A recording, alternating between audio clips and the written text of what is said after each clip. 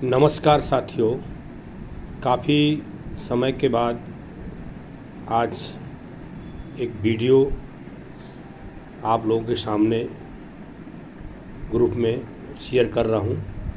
ध्यान से इसको सुने और समझें।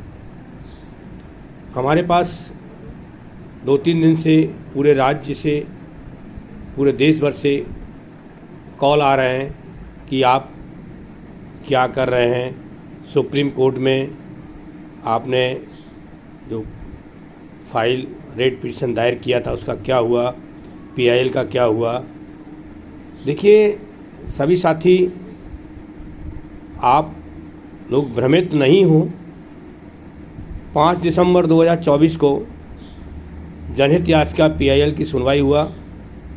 चीफ जस्टिस माननीय संजीव खन्ना के बेंच पर 45 मिनट से सुनवाई होने के बाद ऑर्डर आया और ऑर्डर को मैंने पूरे देश में वायरल किया। और उस ऑर्डर में ये कहा गया कि आप पेंडिंग मैटर के साथ जाइए, आपकी सुनवाई होगी। सिंगल सुनवाई आपकी अलग से हम नहीं कर सकते सुप्रीम कोर्ट। ये चीफ जस्टिस माननीय संजीव खन्ना जी का कहना था। तो पेंडिंग मैटर के साथ हम लोग गए हुए हैं और जितने साथी हमारे साथ जुड़े हुए हैं, लीगल कार्रवाई में हम लोग लगे हुए हैं। आप सभी साथी धैर्य बना के रखें। हमने देश के सामने एक आह्वान किया था कि संयुक्त ऑल इंडिया जन आंदोलन संघर्ष न्याय मोर्चा सुप्रीम कोर्ट जाएगा और आपकी बात अपने वकील के माध्यम सुप्रीम कोर्ट के वरिष्ठ अधिवक्ता के माध्यम से सहारा पीड़ित जमाकर्ताओं की बात रखी जाएगी। हम लोगों ने पूरा मेहनत किया और आपका पक्ष रखने के लिए हम लोग सुप्रीम कोर्ट गए और आपकी बात सुनी भी गया। हम लोग अभी सुप्रीम कोर्ट वकील से संपर्क में हैं, लेकिन अभी कुछ लोकसभा में एक कानून जो पास हुआ है उस संदर्भ में सुप्रीम कोर्ट की अभी ज़्यादा बहस चल रही है। अभी कोई भी तारीख नहीं मिली है। जैसे सेबी के केस की नहीं मिली, पिनाक मोदी का जो केस था 2 महीने से बढ़ाया जा रहा है, वो सब देश के सामने है।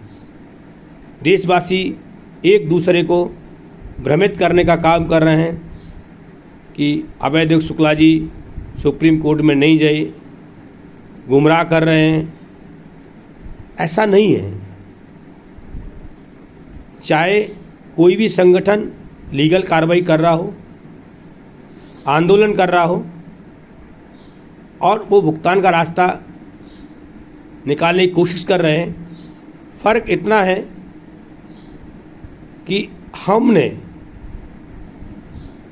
मतलब संयुक्त ऑल इंडिया जन आंदोलन संघर्ष न्याय मोर्चा कि हमारे राष्ट्रीय महासचिव नीरज शर्मा जी ने लीगल कार्रवाई की सबसे ज़्यादा मध्य प्रदेश में हुआ। और मध्य प्रदेश में लीगल कार्रवाई करने के बाद भुगतान भी कई जिलों में मध्य प्रदेश में मिला। और पहला ऐसा व्यक्ति नीरज शर्मा जी, न्यू दुनिया के संपादक, पूरे देश को जगाने की कोशिश किया। उन्होंने भी भुगतान प्राप्त किया। हमारे मध्य प्रदेश के प्रदेश अध्यक्ष बीरन सिंह सोलंकी, जावरा, रतलाम, उन्होंने 8 करोड़ का भुगतान प्राप्त किया। हमारे ग्वालियर में लीगल कार्रवाई करने के पश्चात कई करोड़ों का भुगतान हुआ और 2 करोड़ का भुगतान मई 2024 में भी प्राप्त किया। हम लोग लीगल कार्रवाई करने के पश्चात भुगतान में ज़्यादा ध्यान देते हैं। भुगतान मिलना चाहिए, चाहे वो सेटलमेंट हो, चाहे कानूनी कार्रवाई अधिक करके भुगतान उस जमाकर्ता को मिले। मैं अपनी बात कहूँ, CRC के माध्यम से भी हमने भुगतान लिया। कई हमने FIR कराने के बाद ग्वालियर ज़िले में 100 करोड़ से ज़्यादा का भुगतान प्राप्त हुआ है। हमारे दतिया में भी हुआ है। लीगल कार्रवाई उसे कहते हैं कि लीगल कार्रवाई करने के बाद और राज्य उसका भुगतान करें।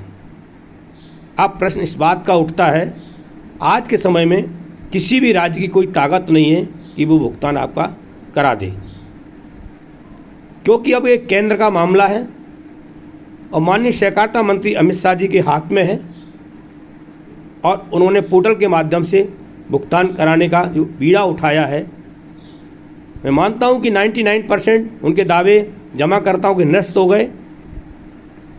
लेकिन जिस तरीके से हमको लड़ना चाहिए उस तरीके से आप अपने आप में सोचें, क्या हम लड़ रहे हैं?